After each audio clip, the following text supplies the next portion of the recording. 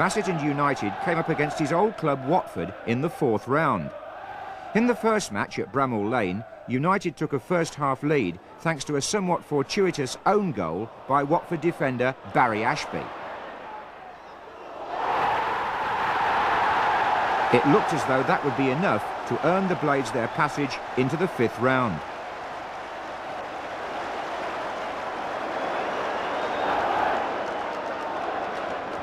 But with the referee looking at his watch, Watford struck in the very last minute. Gary Penrice raced through the United defence and snatched an equaliser, which meant a replay at Vicarage Road.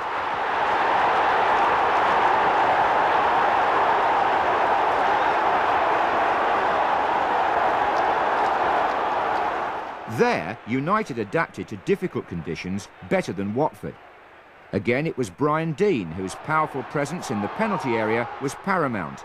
He put United in front with just 2 minutes gone. But Watford got back into the game thanks to a controversial penalty decision by referee Ken Redfern.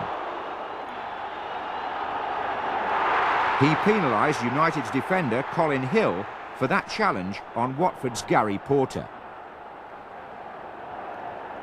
After the arguments had died down, Porter himself got up to take the penalty, and Watford were level after 38 minutes.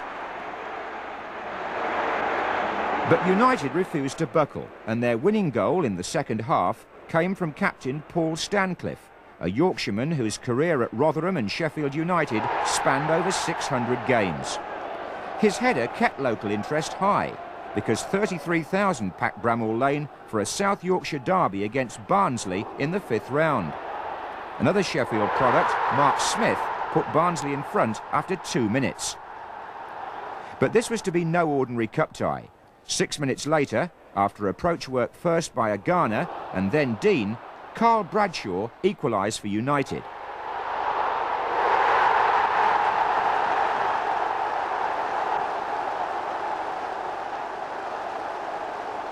Still in the opening quarter of an hour, Barnsley went back in front. As the ball looped up off United goalkeeper Simon Tracy, Steve Cooper had an easy header.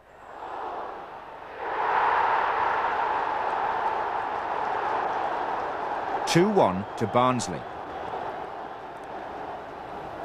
But Bassett's teams don't lie down easily. And in what was proving United's most successful season for years, their fitness and team spirit was of a high order. In the second half, they drew level for the second time. Ian Bryson eventually ending a storming attack with a simple tap-in. And now, a real cup-tie marathon was underway.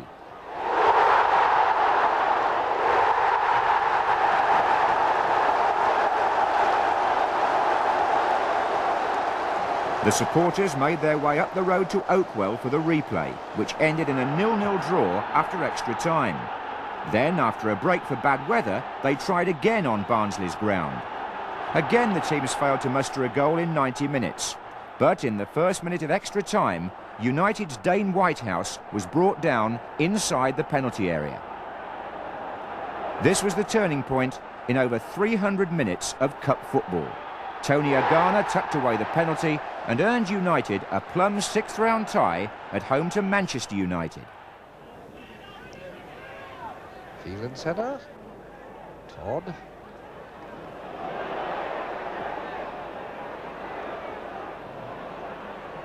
Bradshaw to Todd.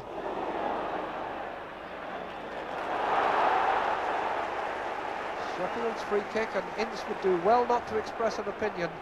He's a volatile character, Paul Ince, so much talent with his feet. And too ready with his tongue sometimes.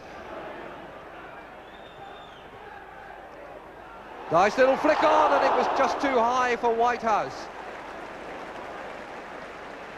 And Garner at the near post. The perfect flick on. You rehearse those time and time again on the training ground, and you hope for one or two to come off. That was beautifully done, but it just flew inches too high for Whitehouse.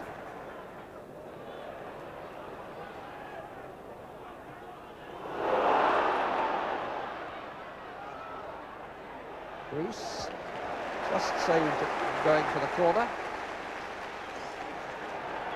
Garner near post, Deane at the far. And Booker coming in too, but Pallister was above the ball. Bruce's header, and then Ince, and now Wallace. A brave header by Gannon, and there may be some profit from it. Whitehouse, oh! It was asking for it, and Agana couldn't give it. Whitehouse did some good work here. He dummied the shot, then played it. And how much did Agana miss by? A couple of inches, not more. Dane Whitehouse scored a goal at Bradford last Saturday that was his first for Sheffield United.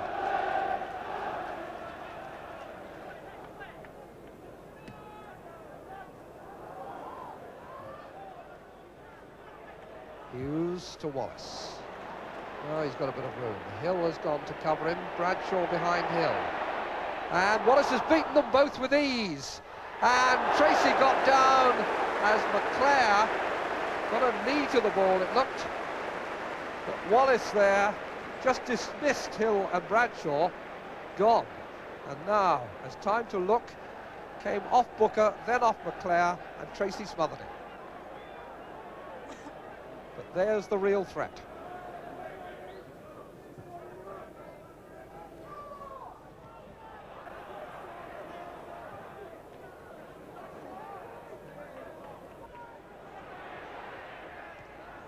Forward by Hughes, and Robbins is onside. Can he pull it back?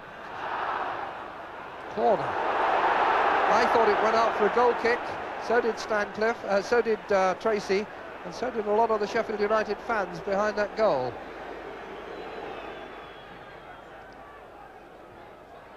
Wallace. Good back header. McClare. McClare against the bar, and then McClare on the rebound from the corner. And so they will be wanting to know, was that really a corner or was it a goal kick? Let's have a look at the goal itself. McClare's header, and then his left foot. And that's his third goal in 4 games. And we'll just have another look at this. And did the whole of the ball cross the line or not?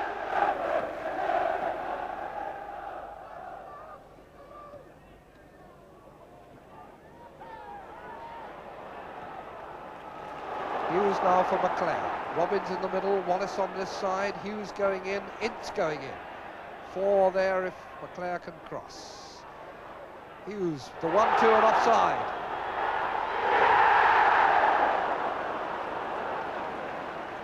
McClare was allowed to run by the Sheffield United back 4 and was pretty clearly offside. 10 men behind the ball for Manchester United. Pallister for McClare. Duxbury racing ahead of him. Good pass into his stride. 3 to cross to. This is Hughes. Sheffield United were a bit stretched for defenders, and that has left Wallace in the clear. The shot, I think, was going wide anyway.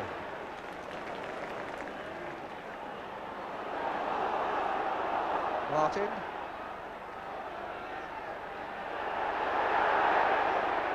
Hughes.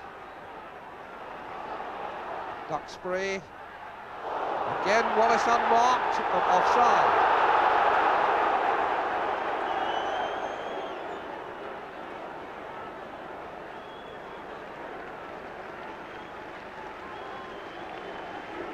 Cross comes right through to Wallace, but he was offside.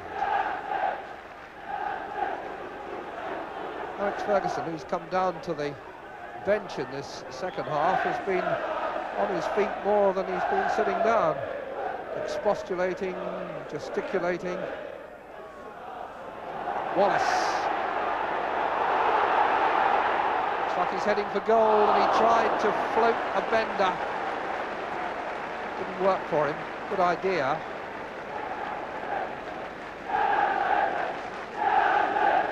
He wants to go for goal, Danny Wallace.